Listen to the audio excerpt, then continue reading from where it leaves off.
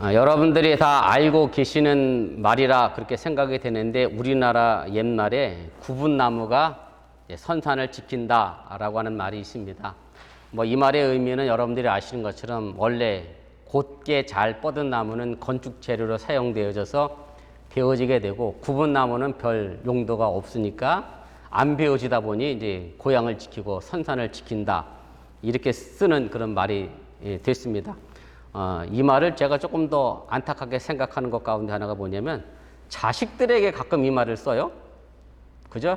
공부 잘하고 똑똑한 사람들은 부모 안 보시고 그래도 모자란 애가 부모 잘 모실 테니까 염려하지 말아라 이렇게 말도 쓰긴 하는데 그래서 사실은 속담이긴 하지만 잘 적용해서 써야 되지 않을까 그런 생각을 다시 해보게 됩니다. 그리고 또 이런 말도 있습니다. 이 말은 여러분들도 조금 생소할 수 있을 것인데 구분나무는 길맛가지가 된다라는 말입니다. 제가 좀 전에 말씀을 드렸던 것처럼 사실 구분나무는 아무짝에 쓸모없는 그런 나무처럼 보이게 되는데 그런데 구분나무도 그에 필요한 용도가 있음을 보여주는 말이 바로 이 말입니다. 그래서 이런 뜻으로 옛날에 이제 바로 구분나무는 이제 길맛가지가 된다라고 하는 얘기인데 길마라는 단어가 사실은 저도 처음 보는 단어고 생소한 단어입니다. 그래서 국어사전을 찾아봤더니 이렇게 돼 있어요. 제가 화면에 그림도 띄워놨습니다만은 소나 말에 걸쳐놓고 이제 짐을 나르는 이제 도구입니다. 그래서 소나 말의 등장에 맞게 시옷자로 굽어진 나무가 이제 필요한 거고요. 고든 나무를 일부러 시옷자 만들려고 하면 힘들고 어려운데 이미 굽은 나무 가지고 길말을 만들려고 하면 훨씬 수월하기 때문에 굽은 나무는 이제 길맛가지가 된다라고 하는 말이 있고요. 그래서 어떤 나무도 쓸모없는 나무가 없다고 하는 얘기가 모두가 다 쓸모있게 유용하게 사용된다는 그런 뜻입니다. 저희가 오늘 두 본문을 이제 봤습니다. 하나는 창세기 1장에 있는 창조의 한 서론 부분이고요. 또 다른 하나는 이제 누가복음에 있는 말씀으로 제가 어린이 주일날 마태복음의 이 본문을 가지고 설교를 했습니다만은 어린아이를 영접하는 사람이 이제 큰 사람이고 예수님이 이제 사마리아를 지나서 예루살렘으로 가야 하는데 사마리아 사람들이 예수님을 받아들이지 않게 되자 제자들이 이제 화가 나서 불을 내려 명하게 해서 사마리아 사람을 이제 멸망시키자라고 한 내용이 이제 누가복음의 그런 내용입니다. 어찌 생각해 보면 이 두 본문에 연결고리가 없는 것 같습니다만은 오늘 이 두 본문을 좀 서로 비교해 가면서 우리가 살아가야 될 세상에서 어떤 모습으로 살아가야 할 것인가 좀 생각해 보시면서 하나님 보시기에 좋은 세상을 만들어 가는 저와 여러분들이 될 수 있기를 주님의 이름으로 축원을 드립니다. 첫째로 하나님 보시기에 좋았습니다. 하나님이 천지를 만드시고 이 땅의 모든 것들을 만드셨습니다. 그리고 꼭 하나 기억해야 할 것은 하나님은 쓸모없는 것은 하나도 만들지 않았다는 사실입니다. 제가 서론에 이미 말씀을 드렸습니다마는 구분나무도 다 쓸모가 있습니다. 다 필요해서 만들어졌다는 그런 사실이고요. 그래서 간혹 그렇게 생각하시는 분들이 있는데 어떤 생각인가 하면 나는 구분나무라 나는 쓸모없는 인생이라 생각하는 분들을 종종 만나게 됩니다. 물론 이것이 어른들만의 생각이 아닌 것이 더 큰 문제고요.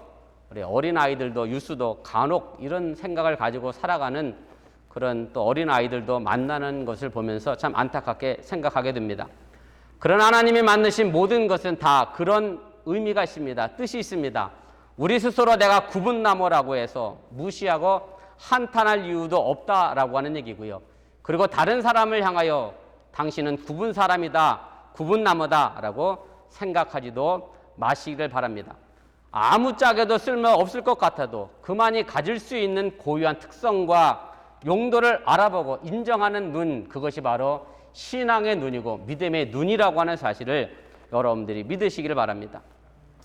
그런데 문제는 하나님이 그 모든 것을 그 소용대로 만드셨는데 사람은 그렇게 보지 않는 데 있습니다.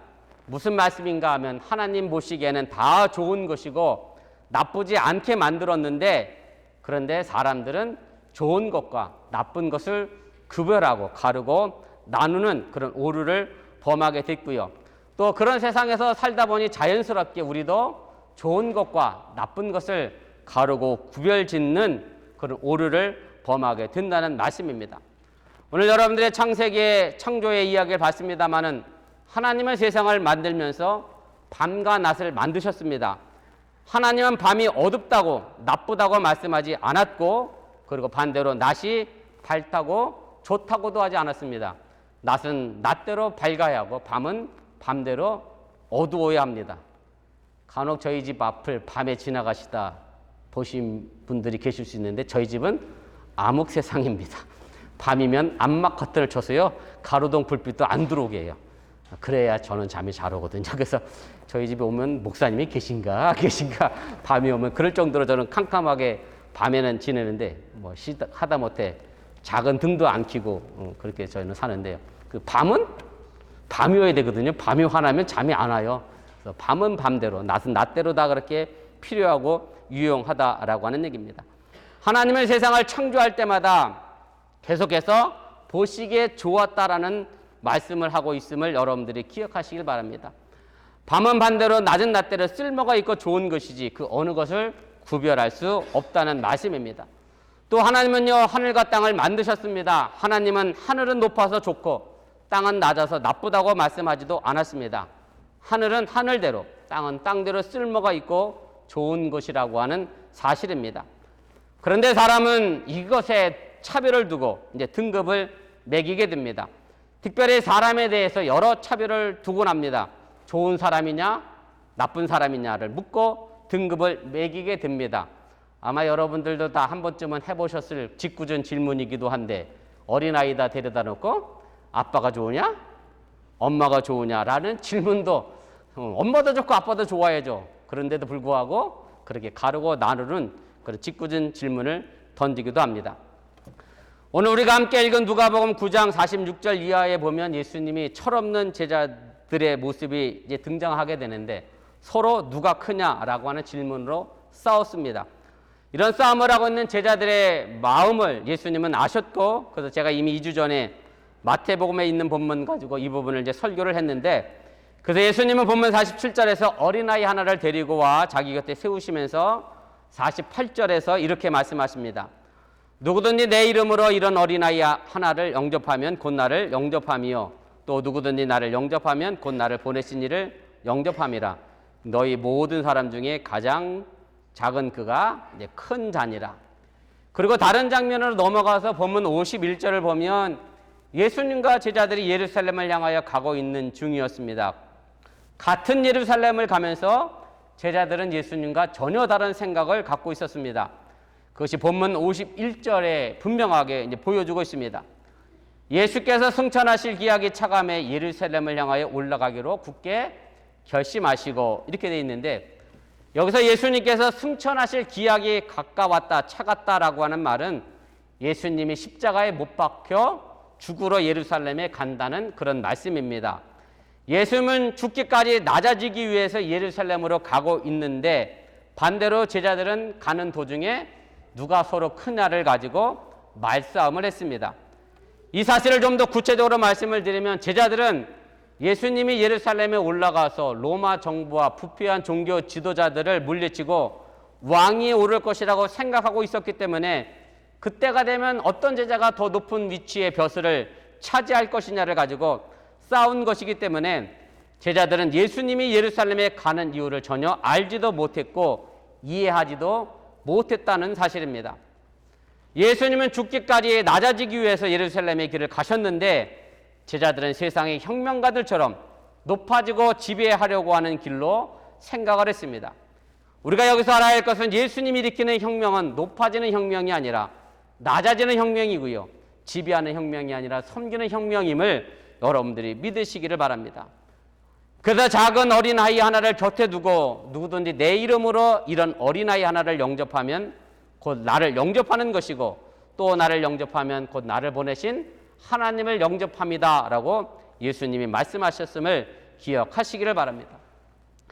높은 것과 많은 것에만 관심을 두었던 제자들에게 예수님은 어린아이를 영접하는 것이 곧 예수님을 영접하시는 거라고 이야기했습니다. 예수님은 낮은 것에 관심을 두셨고 그 스스로 낮아져 죽기까지 하나님의 말씀에 순종하셨다는 사실을 기억하시기를 바랍니다. 하나님이 보시기에 좋은 세상은 좋은 것과 나쁜 것이 구별되지 않습니다. 좋은 것과 나쁜 것의 구별은 사람들이 만들어 놓은 구별입니다. 미국 내의 인종차별의 문제도 결국은 인종 간의 조건 나쁨을 구별하는 것에서부터 출발했다고 하는 사실을 우리가 기억할 필요가 있습니다. 이 세상의 모든 것 하나님 보시기에 좋은 세상입니다.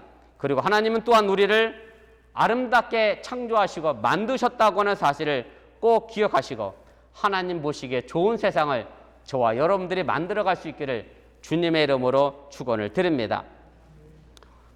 두 번째로 보시기에 좋았더라고 하는 구절이 없는 것도 있습니다. 우리가 하나님의 창조 기사를 보면 하나님이 매 구절마다 보시기에 좋았다라는 것을 알고 있는데 반대로 구절이 없는 부분도 있는데 그걸 미처 인식하지 못하고 지나가게 됩니다. 오늘 우리가 읽은 본문 3절부터 8절까지의 말씀이 하나님이 첫째 날 빛이 있으라 말씀하시고 보시기에 좋았다라고 이야기하고요. 둘째 날 창조 사역을 설명한 내용인데 그런데 이 둘째 날에는 하나님이 보시기에 좋았다라는 말씀이 없습니다. 그리고 이 부분의 내용은 하나님이 공간에 무언가 채우고 만들어내는 그런 과정이 아니라 채우기 위한 공간을 만들어내기 위해서 구별하는 과정 속에서 나오는 그런 내용입니다. 그래서 하나님이 빛과 어둠을 나누셨고 궁창을 나누어서 궁창 위의 물과 아래의 물을 나누시고 궁창을 하늘이라 그렇게 부르셨습니다. 하나님은요 세상을 창조하실 때 둘로 나누어 만드셨음을 보게 됩니다. 다시 정리해서 말씀을 드리면 빛과 어둠을 나누셨고요. 하늘과 땅을 나누셨고 육지와 바다 그리고 물과 불, 남자와 여자 동양사상으로 얘기하면 음과 양 서로 상반되는 것들을 세상에 만들어 놓으시고 나누어 놓으셨다라고 하는 얘기입니다. 이것을 가지고 동양에서는 음양의 법칙이라 그렇게 말하기도 합니다.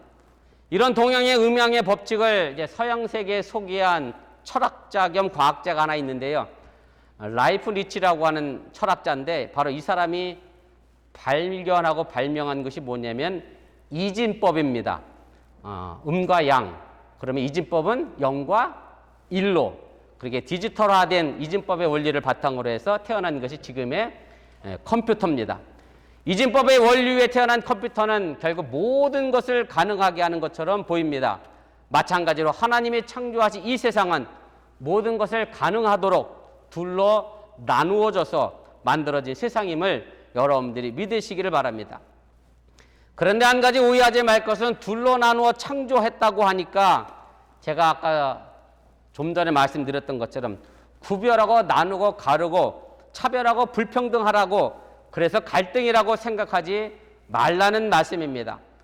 사실 둘로 나누어진 세상은 서로 갈등하고 분열할 수도 있고 서로 조화를 만들어 이루어서 더 큰 하나를 만들어낼 수도 있다는 사실입니다. 그래서 하나님은 이 구분 뒤에 보시기에 좋았다라고 하는 말을 하지 않으셨음을 우리가 기억할 필요가 있습니다.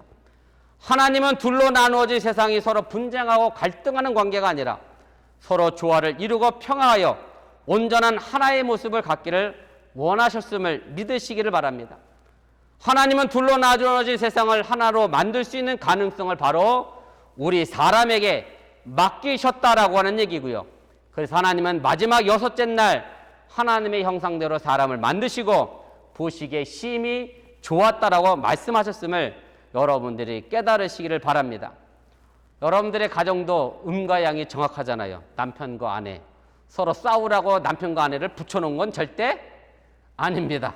서로 하나 화합해서 하나의 가정을 더 크게 아름답게 만들어가도록 조화롭게 하기 위하여 음과 양이 만난 것이지 분열하고 갈등하라고 만들어진 관계가 아님을 우리가 반드시 기억하시기를 바랍니다. 다시 누가복음 본문으로 가면 예수님이 예루살렘으로 가기 위해서 사마리아를 거쳐가려고 했습니다. 사마리아를 거쳐가지 않으면 먼 길을 돌아갈 수밖에 없는 그런 상황이었기 때문에 그렇습니다. 그래서 예수님의 제자들을 예수님이 먼저 사마리아로 보내게 됩니다. 왜냐하면 유대 사람이 사마리아를 함부로 건너가 지나갈 수 없었기 때문에 그렇습니다. 유대 사람들과 사마리아 사람들은 같은 민족임에도 불구하고 마치 우리의 남북처럼 미국 사람들이 이해 못하는 게 하나가 그거잖아요. 같은 민족인데 왜 남에서 북쪽으로 못 가고 북에서 남쪽으로 못 오느냐. 이것처럼 사마리아와 유대가 바로 똑같은 민족임에도 불구하고 그렇게 나눠져서 서로 왕래를 하지 않는 아주 앙숙적인 감정을 가지고 두 나라가 이제 존재를 하게 됩니다. 뭐 여기에는 물론 오래적 역사적 이야기가 있습니다. 구약 성경을 좀 설명하면 여러분들 이해하시면 좀 도움이 될 것 같은데요.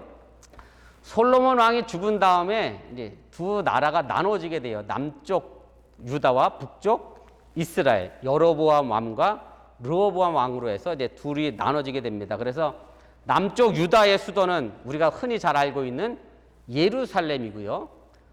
이제 북쪽 이제 이스라엘의 수도는 이제 사마리아입니다. 그래서 여러분들 이게 헷갈리잖아요. 북쪽은 이스라엘이고 우리가 지금 알고 있는 건 이스라엘의 수도는 예루살렘인데 그때는 당시는 남쪽 유다의 수도는 예루살렘이고 북쪽 이스라엘의 수도는 이제 사마리아고 그래서 이렇게 둘로 이제 나눠지게 됐습니다. 그런데 기원전 722년에 북쪽 이스라엘이 아시리아의 침공을 받아 먼저 멸망을 당합니다. 그런데 이때 뭐 고대 세계가 다 그랬습니다만 아시리아가 북쪽 이스라엘 침공해서 사마리아 지역에 자기 나라 사람들을 이주시키면서 강제로 이제 사마리아 사람들과 이제 결혼을 시켜버렸어요. 그러니까 쉽게 말하면 이방 민족과 사마리아인들이 이제 결혼을 하게 됐는데 물론 뭐 그렇게 한 이유가 뭐냐면 이제 사마리아 사람들이 가지고 있었던 이스라엘의 문화와 신앙과 민족성을 이제 말살시키기 위함이었고 뭐 그렇다고 해서 북쪽 이스라엘 사람들이 여호와 하나님의 신앙의 순수성을 잃어버린 것은 아니었습니다.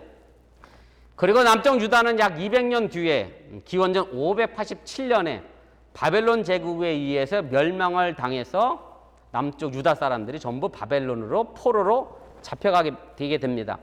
유대인들은 이제 포로로 잡혀갔어도 자신들의 신앙과 민족의 순수성을 지키는 데는 별다른 어려움이 없었습니다. 바벨론이 뭐 강제로 결혼을 시키거나 혼인을 시키지 않았기 때문에 자기 민족의 이제 순수성, 쉽게 말하면 단일 민족의 정체성을 이제 지켜낼 수 있게 됐다라고 하는 얘기고, 그런데 이제 바벨론도 멸망당하면서 다시 고국 땅으로 이제 돌아오게 됩니다. 그래서 돌아온 유다 백성들이 이 팔레스틴 지역에 예루살렘 성전을 다시 건축을 해야 하는데 남쪽 유다 사람들만 가지고 하려니 힘이 드니까 북쪽 사마리아 사람들에게 같이 하자고 예루살렘 성전을 같이 짓자라고 이제 제의를 하게 되는데, 그런데 그때 그 제의를 이제 유대 사람들이 민족의 순수성을 잃어버린 사마리아 사람들과 같이 예루살렘 성전을 지을 수 없다.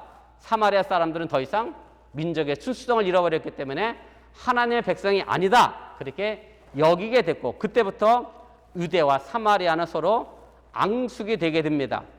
그리고 사마리아와의 이스라엘 백성들은 따로 그림 신산에서 성전을 짓고 여호와 신앙의 정통성을 이제 주장하게 되는데, 여기서 말하는 이제 그림 신산은 옛날 아브라함이 이삭을 바쳤던 그런 장소고, 모세가 광야에서 제사를 지냈던 아주 유서 깊은 그런 산이고요. 또 유다는 시온산에다가 예루살렘 성전을 이제 건축해서 서로 자신들이 가지고 있는 성전이 진짜 정통적인 성전이다라고 싸우고 주장을 이제 하게 됩니다. 뭐 여러분들이 기억하시는지 모르겠습니다만은 예수님께서 어떤 여자에게 물을 달라고 그랬잖아요. 그랬더니 이 여자가 깜짝 놀라면서 한 말이 있어요. 뭐라 그랬죠? 어떻게 유대 남자가 사마리아 여자에게 물을 달라 하십니까? 그래서 깜짝 놀라는 그런 성경 말씀의 내용이 바로 이런 배경을 염두에 두고 있습니다. 바로 이런 이유로 사마리아 사람들은 유대인과 상종을 하지 않았고, 유대인들도 마찬가지로 사마리아 사람들을 상종하지 않았습니다. 그래서 예수님은 미리 사람을 보내어 내가 사마리아를 통과할 수 있는지를 알아봤던 것이고, 예상대로 사마리아 사람들은 유대 사람들을 통과하지 못하도록 이제 예수님을 거부하게 됐습니다. 바로 이제 이 사실을 본문 53절에 이렇게 기록하지요. 예수께서 예루살렘을 향하여 가시기 때문에 그들이 받아들이지 아니하는지라. 아마 그림신산으로 간다 그랬으면 받아들였을 것 같은데 예루살렘으로 간다니까 안 받아들였다라고 하는 얘기고, 그러자 본문 54절에 야고보와 요한이라는 제자가 화가 나서 예수님께 이렇게 말합니다. 주여, 우리가 불을 명하여 하늘로부터 내려 저들을 멸하라 하시기를 원하시나이까? 라고 말합니다. 예수님을 거부하는 사마리아 사람들에게 불을 내려 심판하자라고 하는 그런 말인데, 뭐 쉽게 말하면 복수하자는 그런 말입니다. 그런데 예수님은 본문 55절에 제자들을 향하여 돌아보시며 꾸짖게 됩니다. 여기서 꾸짖다라고 하는 말이 매우 특별한 말입니다. 꾸짖다라고 하는 말은 히라버로 에페티마오라고 하는 단어를 사용하는데, 이 말은 주로 언제 쓰는 말이냐면 귀신을 내쫓을 때 쓰는 말입니다. 귀신은 성경 안에서 더러운 영, 더러운 마음을 가진 존재를 나타내는 것이고, 예수님은 지금 제자들 마음속에 귀신과 같은 더러운 영과 마음을 보신 것이고, 그래서 꾸짖으신 것이라고 하는 얘기입니다. 복수라고 하는 더러운 영을 꾸짖으셨다는 사실을 여러분들이 기억하시길 바랍니다. 그리고 성경에는 없습니다만은 여러분들 오늘 성경책을 보신 분들은 각주가 달려 있어서 다른 어떤 사본에는 이런 표현의 말로 이렇게 되어 있는데요. 실제로 파피루스 첫 번째 사본과 신의 사본과 그 다음에 알렉산드리아 사본에는 이런 구절이 들어 있습니다. 성경에는 없습니다만은 제가 한번 읽어볼 테니까 보시길 바랍니다. 그리고 그는, 예수님이죠, 말씀하셨다. 너희들은 너희들이 영에 속한 자라는 사실을 알지 못하는구나. 진실로 인자는 사람들의 생명을 멸하기 위함이 아니라 구원하기 위하여 왔노라. 이렇게 말씀합니다. 예수님의 눈에는 유다가 되었든 간에 사마리아가 되었든 간에 모두가 다 구원의 대상이었다는 말씀입니다. 둘로 나눠진 세상은 서로 갈등하고 서로 분쟁할 수도 있고 서로 연합하여 온전하게 하나를 이룰 수도 있습니다. 하나님의 형상대로 지음받은 우리 사람들은 둘로 나눠져 있는 세상을 하나로 만들어져 가야 될 사명이 있음을 여러분들이 기억하시길 바랍니다. 그런데 그 사명을 사람들이 제대로 감당하지 못하게 되면서부터 이 세상은 하나님 보시기에 좋았다라고 하는 말을 쓰기가 어려운 세상으로 자꾸 변질되어 가고 있음을 우리가 가슴 아파해야 한다라고 하는 얘기입니다. 세상 사람들이 못한다고 하면 믿음 안에 있는 우리가 해야 함을 믿으시기를 바랍니다. 하나가 되는 길, 그것은 곧 평화의 길임을 여러분들이 깨달으시길 바랍니다. 지금 미얀마도 독재자가 어지럽게 하고 있습니다만은 독재자들은 세상을 하나로 만들기 위해서 전쟁과 폭력과 억압을 사용합니다만은 예수님은 세상을 하나로 만들기 위하여 십자가의 사랑을 보여주셨음을 여러분들이 믿으시기를 바랍니다. 둘로 나눠진 세상은 보시기에 좋을 리가 없습니다. 모두가 조화롭게 하나가 된 세상, 바로 이 세상이 하나님 보시기에 좋은 세상임을 여러분들이 기억하시고 낮고 천하다 무시하지 마시고 높은 것만 바라보고 달려가지 마시고 좋아하여 아름답게 하나님 보시기에 좋은 세상 만들어갈 수 있기를 주님의 이름으로 축원을 드립니다. 세 번째로 작은 헌신이 결국 큰 사람을 만들어냅니다. 누가복음 본문 49절을 보면 요한이라는 제자가 이런 말을 합니다. 누가복음 중간에 있는 얘기죠. 주여, 어떤 사람이 주의 이름으로 귀신을 내쫓는 것을 우리가 보고 우리와 함께 따르지 아니하므로 금하였나이다. 이 말씀을 가만히 보면 귀신을 내쫓는 능력이 누구에게만 있어야 하느냐 하면 바로 예수님의 제자들만 가지고 있어야 될 능력이라고 그렇게 생각을 했다는 것을 우리가 발견하게 됩니다. 그리고 우리가 읽진 않았습니다만 본문 앞에 있는 40절을 보면, 누가복음 9장 40절을 보면 제자들이 귀신을 쫓아내지 못했다라고 성경은 기록을 합니다. 그리고 자신들을 따르지 않는다는 이유로 귀신을 내쫓는 것을 금했다라고 오늘 본문에서는 또 이야기합니다. 쉽게 말씀드리면 자기도 못하고 남도 못하게 막고 서 있는 것이 지금 제자들의 모습입니다. 이것은 내 편으로 갈라놓은 분열의 마음입니다. 내가 못하면 남이라도 해서 잘 되면 좋은데 내가 못하니 너도 하지 말아라, 막는 모습이라고 하는 사실을 우리가 기억할 필요가 있고요. 내 편이 아니게 남이 하는 것조차 시기하고 질투해서는 안 된다라고 하는 사실을 여러분들이 기억하시길 바랍니다. 그러자 예수님은 제자들을 따르지 않는 이유로 귀신을 내쫓는 것을 금하겠다고 하는 요한에 대하여 본문 50절에서 이렇게 말씀합니다. 금하지 말라, 너희를 반대하지 않는 자는 너희를 위하는 자니라. 그렇게 말씀합니다. 우리가 우리 자신이 어떤 사람인가 좀 살펴보시기를 바랍니다. 전도를 하면서도 간혹 그렇게 생각할 수도 있습니다. 이 사람은 우리 교회에 안 맞는 사람, 그러니 내가 굳이 이 사람을 전도할 이유가 없다. 이 사람은 우리 교회 신앙을 못 따라갈 사람이니 전도하지 말아야지. 이렇게 생각하면 우리도 이미 구별하고 나누는 그런 모습을 가지게 된다라고 하는 얘기고, 내 편 그렇게 나누는 모습을 우리가 가지게 된다라고 하는 얘기고, 그렇게 타고 하면 우리는 아직도 어린아이 하나를 제대로 영접하지 못하는 소인배의 마음을 가졌음을 우리가 깨달을 필요가 있습니다. 예수님이 이 세상에 오신 목적은 심판이 아니라 구원이었기 때문에 우리가 편을 나눠서는 안 됩니다. 설령 사마리아가 지역 감정으로 예수님을 거부한다고 할지라도 예수님은 그 사마리아 사람들을 거부하지 않았습니다. 예수님은 내 편과 네 편은 나누지 않았다는 말씀입니다. 프랑스 사람들이 존경하는 사람 중에 7년 연속 1위를 했던 인물이 있습니다. 신부님이신데요. 피에르 신부님이라고 하는 분이 계신데, 엠마우스라고 하는 공동체를 시작하셔서 지금 뭐 세상을 떠나셨습니다마는 그분이 한 말 가운데 이런 말이 있습니다. 앞에 화면에 있을 텐데요. 함께 좀 보시면 좋겠습니다. 고통받는 자들에게 충고를 하려 들지 않도록 주의하자. 그들에게 멋진 설교를 하지 않도록 주의하자. 신앙에 대한 설교일지라도 말이다. 다만 애정어리고 걱정어린 몸짓으로 조용히 기도함으로써 그 고통이 함께함으로써 우리가 곁에 있다는 것을 느끼게 해주는 조심성, 그런 신중함을 갖도록 하자. 자비란 바로 그런 것이다. 그리고 그것은 인간의 경험들 가운데 가장 아름답고 가장 정신을 풍요롭게 해주는 것이다. 사실 저는 이 말을 참 공감합니다. 왜냐하면 제가 암수술하고 항암 치료하는 과정 속에서 제가 건강할 때 정말로 일도 생각 없이 환자들을 신방하며 암 환자를 신방하면서 했던 말 한마디, 내 설교가 그 환자들에게 얼마나 공허했을까를 제가 미처 항암해보니까 알겠더라고요. 얼마나 철저하게 제가 그것을 회개했는지 모릅니다. 우리 어번교회는 이런 교회가 됐으면 좋겠습니다. 말 그대로 조용히 애정을 가지고 서로를 돌봐주는 그런 교회가 되기를 주님의 이름으로 간절히 부탁을 드립니다. 지난주에 에스더 여선교회가 어머니 날 어버이 줄이라고 해서 꽃을 만들었습니다.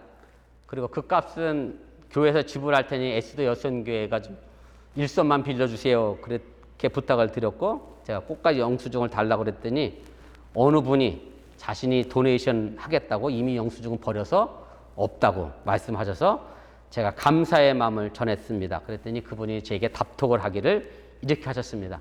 다른 분들의 헌신에 비하면 너무 보잘것없어 제가 부끄럽습니다. 이런 말씀을 하셨습니다. 어린이 주일에 과자 봉투도 헌신의 결과였습니다. 어제는 남선교회가 잔디 깎기를 했는데 사진을 보신 분도 계시지만 잔디 깎는 사진은 달랑 2장에 먹는 사진만 한 7, 8장 되는, 먹으러 간 건지 잔디 깎으러 갔는지 구분이 좀 안 되긴 합니다만은 그럼에도 불구하고 어느 분이 열심히 점심을 대접해서 잘 먹고 왔노라, 그런 기사를 제가 봤고요. 지난달에도 또 어느 한 가정이 그렇게 해서 저도 귀하게 점심을 먹었습니다. 바로 이런 마음들이 하나로 모아지게 되면 하나님 보시기에 좋은 세상이 될 거라 저는 확신을 합니다. 역사는 작은 자의 것입니다. 이름 없이 빚도 없이 묵묵히 고통받는 연약한 어린아이와 같은 사람들을 영접하며 끼워앉는 그곳에 하나님의 나라가 세워질 것이고요. 바로 이런 역사는 작은 것에서부터 출발하게 됨을 잊지 마시길 바랍니다. 그러나 작은 자가 있는 그곳은 하나님 보시기에 가장 큰 자가 모인 곳임을 여러분들이 믿으시고, 우리 어번교회 공동체가 모두가 작은 자로 그리고 하나님 보시기에 큰 사람으로 서 있기를 주님의 이름으로 간절히 축원을 드립니다. 기도하겠습니다.